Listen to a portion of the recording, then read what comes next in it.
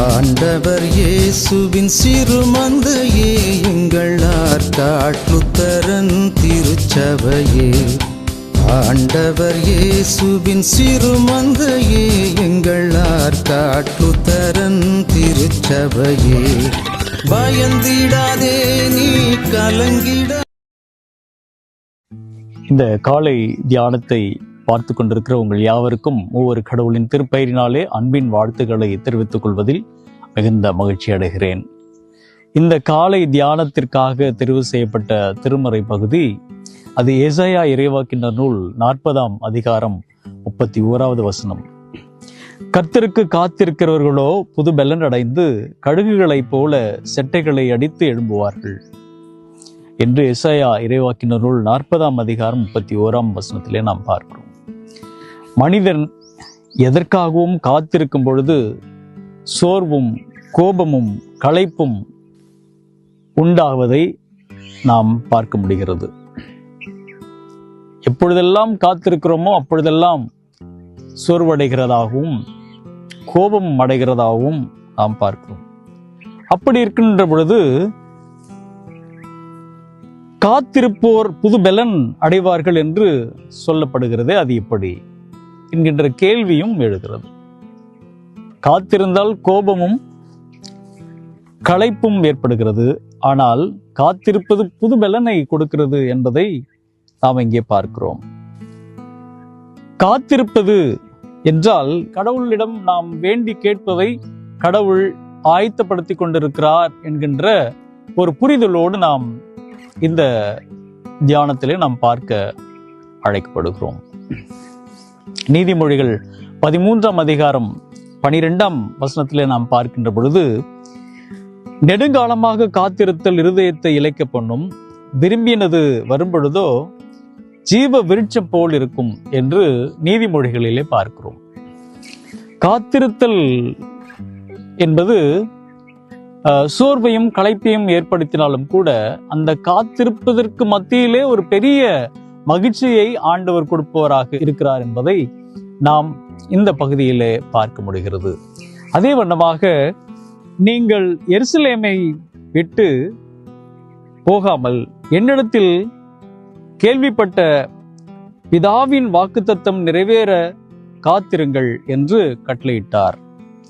பரிசுத்த ஆவி உங்களிடத்தில் வரும்பொழுது நீங்கள் பலனடைந்து எருசலேமிலும் யூதேயா முழுவதிலும் சமாரியாவிலும் பூமியின் கடைசி பரியந்தமும் எனக்கு சாட்சிகளாயிருப்பீர்கள் என்று அப்போஸ்தலர் 1ஆம் அதிகாரம் 5ஆம் வசனம் தொடங்கி 8ஆம் வசனம் வரை நாம் பார்க்கிறோம். அப்போஸ்தலர் 1ஆம் அதிகாரம் 5லிருந்து 8 வரை நாம் பார்க்கிறோம். வாழ்க்கையில் நமக்கு வரும் கடினமான சூழ்நிலைகளை நாம் எவ்வாறு எடுத்துக்கொள்கிறோம் அல்லது எப்படி நாம் எதிர்கொள்ளுகிறோம் என்கின்ற கேள்வி இங்கே எழுகிறது. அல்லது நம்முடைய வாழ்க்கையில் ஏற்படுகின்ற கடினமான சூழல்களை மேற்கொள்வதற்கு நாம் என்ன செய்கிறோம் என்கின்ற நிலைகள் எல்லாம் இருக்கிறது.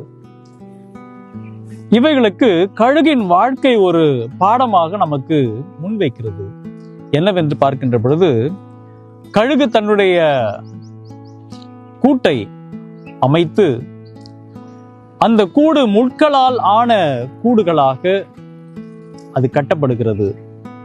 ஆனால் தான் குஞ்சுகள் அதில் இடுகின்ற பொழுது பஞ்சு மெத்தைகளை அமைத்து அதற்குள்ளே தன்னுடைய குஞ்சு பெருக்கின்ற அந்த நிகழ்வு நடைபெறுகிறது.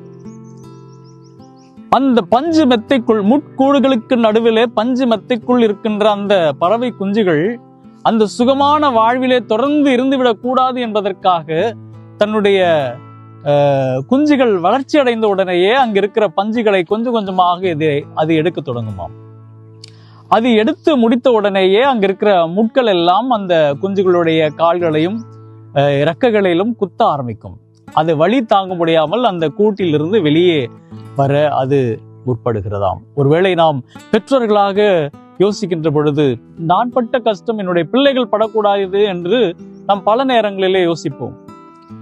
நம்முடைய பிள்ளைகள் அந்த மாதிரியான கஷ்டங்கள் படக்கூடாது, அவர்கள் சுகமாக வாழ வேண்டும் என்றெல்லாம் நாம் யோசிப்பது உண்டு. ஆனால் இந்த பறவை தான் பட்ட அந்த கஷ்டத்தை தன்னுடைய குஞ்சுகள் படும் பொழுதுதான் இந்த சமூகத்திலே இருக்கின்ற சவால்களை மேற்கொள்ளுகின்ற ஆற்றலை பெற முடியும், அந்த சவால்களை மேற்கொண்டு வாழ்வதற்கான பலனை அது பெற முடியும் என்கின்ற அந்த ஒரு சிந்தனையோடு கூட அந்த கடினப்பாடுகளை சந்திக்க அதை எப்படி மேற்கொள்வது என்பதற்கான வழிகளை கற்றுக் கொடுக்கிறதற்கு அது முன் வருகிறது. தன்னுடைய குஞ்சுகளை மேலிருந்து கீழே அது தூக்கி எறிகின்ற பொழுது அது அந்த காற்றில் அது பறப்பதற்கான ஆற்றலை அது பெறுகிறது. ஒரு முறை அல்ல, இருமுறை அல்ல, பல முறை மேலிருந்து கீழே விழும்பொழுதெல்லாம் அந்த தாய் பறவை கீழே வந்து தன்னுடைய குஞ்சை தன்னுடைய இறகுகளினால் சுமந்து மீண்டும் மேலே சென்று அவர்களுக்கான பயிற்சியை அது கொடுத்து இந்த சமூகத்தில் வாழ்வதற்கான ஒரு அடையாளத்தை அது வழங்குகிறது. அது மட்டுமல்ல, அந்த பறவைகள் இந்த சமூகத்தில் வாழ்வதற்கான இருக்கக்கூடிய அநேக தடைகள், சவால்களை மேற்கொள்வதற்கு பயிற்றுவிக்கின்ற ஒரு பயிற்சி காலமாக அது அமைகிறது.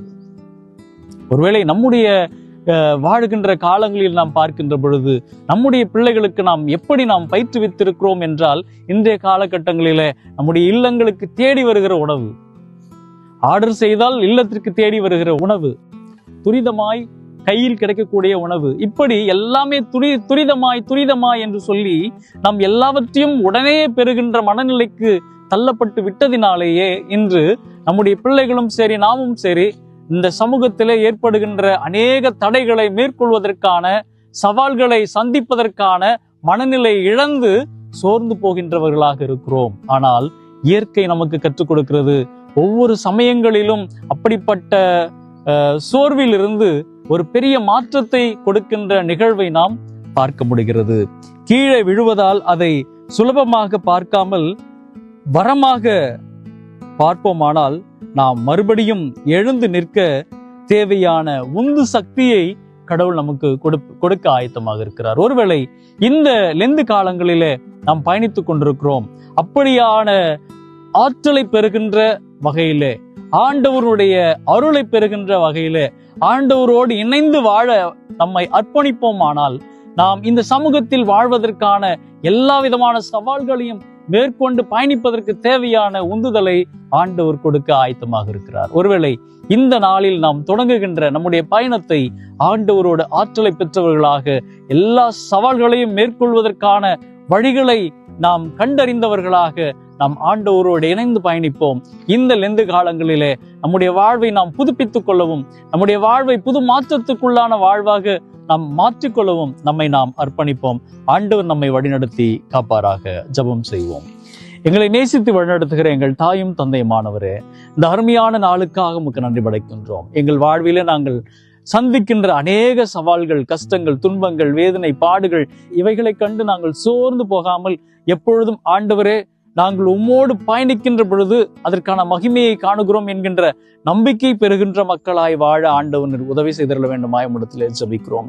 ஆண்டவரே, இப்படியாக தேவைகளோடு நிற்கிற மக்கள், கண்ணீரோடு நிற்கிற மக்கள், வேதனையோடு பாடுகளோடு நிற்கிற மக்கள் கைகளை ஏந்தி உம்முடைய திருக்கரங்களிலே அவர்கள் எல்லாவற்றையும் ஒப்படைத்து, ஆண்டவரே எங்களுடைய வாழ்விலே இவைகள் எல்லாம் நடக்காதா என்று ஏங்கி நிற்கிற மக்கள் சோர்ந்து போகாமல் உம்முடைய சமூகத்திலிருந்து பெரிய மாற்றத்தை பெறுகின்ற வாய்ப்பை அவர்கள் அனுபவிக்க ஆண்டவர் உதவி செய்திட வேண்டுமாய் உம்மிடத்திலே ஜெபிக்கிறோம்.